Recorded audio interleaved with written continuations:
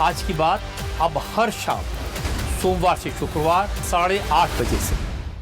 खबर अयोध्या से है, जहां पर राम मंदिर में चढ़ावा चोरी से जुड़ी हुई जांच अभी तेजी से आगे बढ़ रही है। एसआईटी की टीम लगातार यहां पर जांच कर रही है। चढ़ावा चोरी के आरोपों के बीच आज मुख्यमंत्री योगी आदित्यनाथ अयोध्या पहुंच रहे हैं। सीएम योगी अयोध्या में रामलला के दर्शन करेंगे। लेकिन बड़ी खबर यह है कि योगी के कार्यक्रम से राम मंदिर ट्रस्ट के महासचिव चंपत राय को अलग रखने को कहा गया है।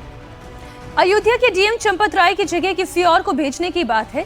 इसके पहले जब भी योगी अयोध्या आते थे, चंपत राय उनके दर्शन पूजन का इंतजाम देखते थे, लेकिन आज वो ऐसा करते नजर नहीं आएंगे। आपको बता दें कि चढ़ावा चोरी केस में एसआईटी का गठन किया गया है और चंपत राय से एसआईटी 2 बार पूछताछ कर चुकी है।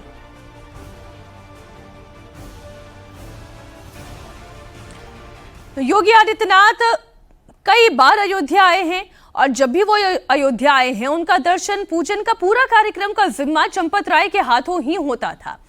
लेकिन चूंकि चंपत राय के सहयोगियों के ऊपर ही जांच की आंच है, ऐसे में योगी आदित्यनाथ की उनसे दूरी वाजिब है। अब राम मंदिर चंदा चोरी में एसआईटी की जांच फुल स्पीड में चल रही है। पिछले 4 दिनों में अभी तक करीब 100 लोगों से पूछताछ हुई है। राम मंदिर ट्रस्ट के सदस्य अनिल मिश्रा से भी पूछताछ हुई। इस मामले में एसआईटी की पूछताछ जैसे जैसे आगे बढ़ी है, बड़े बड़े खुलासे हो रहे हैं। जिस तरह चंदे की निगरानी या गिनती करने वालों ने पैसों के गबन किए हैं, उसके बाद 2021 से लेकर अभी तक के सीसीटीवी फुटेज की जांच की जा रही है। एसआईटी की जांच में सामने आया है कि सीसीटीवी फुटेज बार बार डिलीट किया गया है। अब इसीलिए सीसीटीवी के डीवीआर को जांच के लिए दिल्ली भेजा गया है। मंदिर के पूर्व लेखाकार महिपाल ने आरोप लगाया था कि उसके कार्यकाल में कैमरे से 8 महीने का डेटा डिलीट किया गया था, लेकिन तब मंदिर ट्रस्ट ने उसके आरोपों को गंभीरता से नहीं लिया।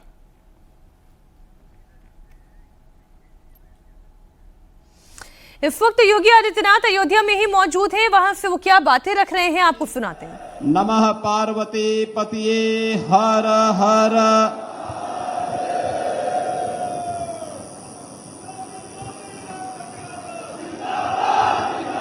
कामाख्या धाम में विधानसभा रुधौली की परियोजनाओं के लोकार्पण और शिलान्यास के साथ ही वीरांगना झलकारी बाई की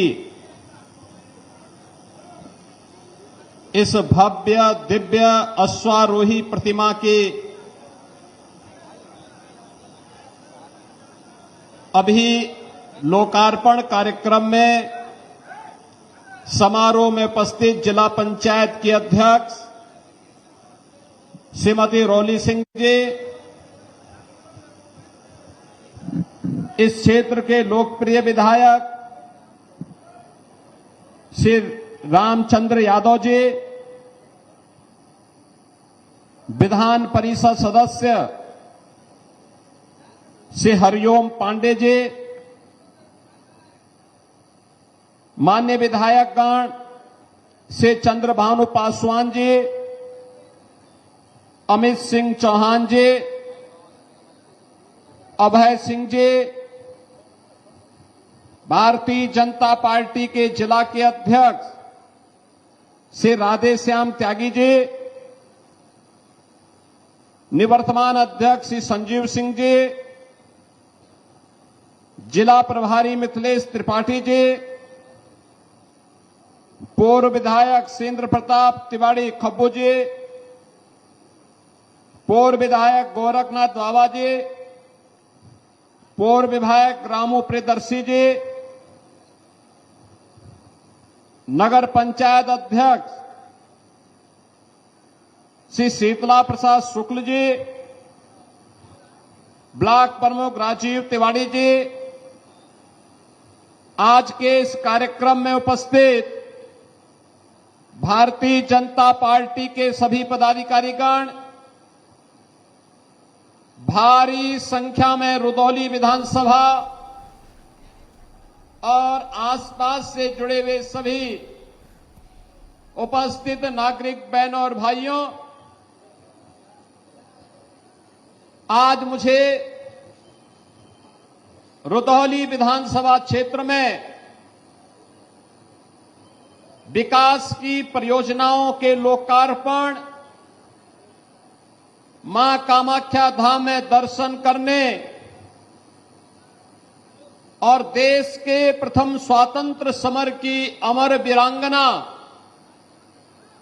झलकारी बाई के इस भव्य और दिव्य प्रतिमा के लोकार्पण का सौभाग्य प्राप्त हुआ है। मैं सबसे पहले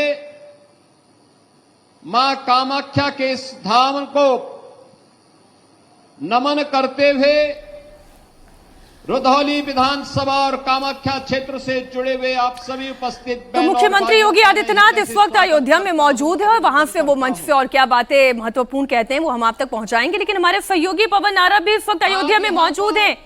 अयोध्या में श्री राम मंदिर के से जो चोरी हुई है वो मामला इस वक्त सुर्खियों में है और देश के जितने भी और विदेश में भी बैठे हुए जितने भी राम भक्त हैं उनकी आस्था को चोट पहुंची है। पहले तुम पवन आप ये बताएं कि पहली बार है जब इस घटना के सामने आ जाने के बाद मुख्यमंत्री योगी आदित्यनाथ अयोध्या दौरे पर है और चंपत राय की दूरी है। बिल्कुल मीनाक्षी, आज योगी आदित्यनाथ जब यहां पर हैं तो ना तो चंपत राय ना अनिल मिश्रा उनके आसपास दिखाई देंगे। वो सीधे तौर पर ट्रस्ट में यहां राम मंदिर में दर्शन के लिए आएंगे, हनुमानगढ़ी भी जाएंगे और सबको इंतजार है कि योगी आदित्यनाथ राम के दरबार में आकर क्या कहते हैं। दूसरा पक्ष ये है कि जिस वक्त योगी आदित्यनाथ यहां दर्शन कर रहे होंगे उसी वक्त एसआईटी की टीम भी अंदर मौजूद है और हमारे सूत्रों ने कुछ जानकारी दी है, मैं आपके साथ साझा करना चाहता हूं। एसआईटी की तरफ से पूछा गया एक हार और एक चरण पादुका प्रभु श्री राम के चरणों में अर्पित की गई। एसआईटी ने पुजारी से पूछा कि जो आपको चरण पादुका दी थी, जो आपने श्री राम के चरणों में रखी, वो हार दिया था, वो कहां गया? तो पुजारी ने बताया कि मैंने वो हार टिन्नू यादव को दिया। टिन्नू यादव से इस बारे में जब क्रॉस क्वेश्चनिंग की गई तो उन्होंने कहा कि मैंने केडी तिवारी जो आभूषणों के जिम्मेदार हैं उनको दे दिया उस हार और चरण पादुका को गलाने के लिए। केडी तिवारी की तरफ से कहा गया कि मेरे को ऐसा कोई हार नहीं मिला। ये बड़ी अनियमितता है जो एसआईटी के सामने अभी आई है, जो हमें सूत्रों के हवाले से पता चली है। तो कुल मिलाकर एसआईटी ना सिर्फ नोट गणना की सीसीटीवी फुटेज से लेकर पूरी प्रक्रिया की भी छानबीन कर रही है कि अगर कोई भक्त दान डालता है दान पेटी में या पुजारी को देता है तो पुजारी किसको देता है। बताया जा रहा है कि टिन्नू यादव मुख्य किरदार था जिसको सौंपा जाता था और वो केडी तिवारी को देता था, लेकिन उस हार और चरण पादुका का कहीं जिक्र नहीं है और इसी को लेकर क्रॉस क्वेश्चनिंग की गई है।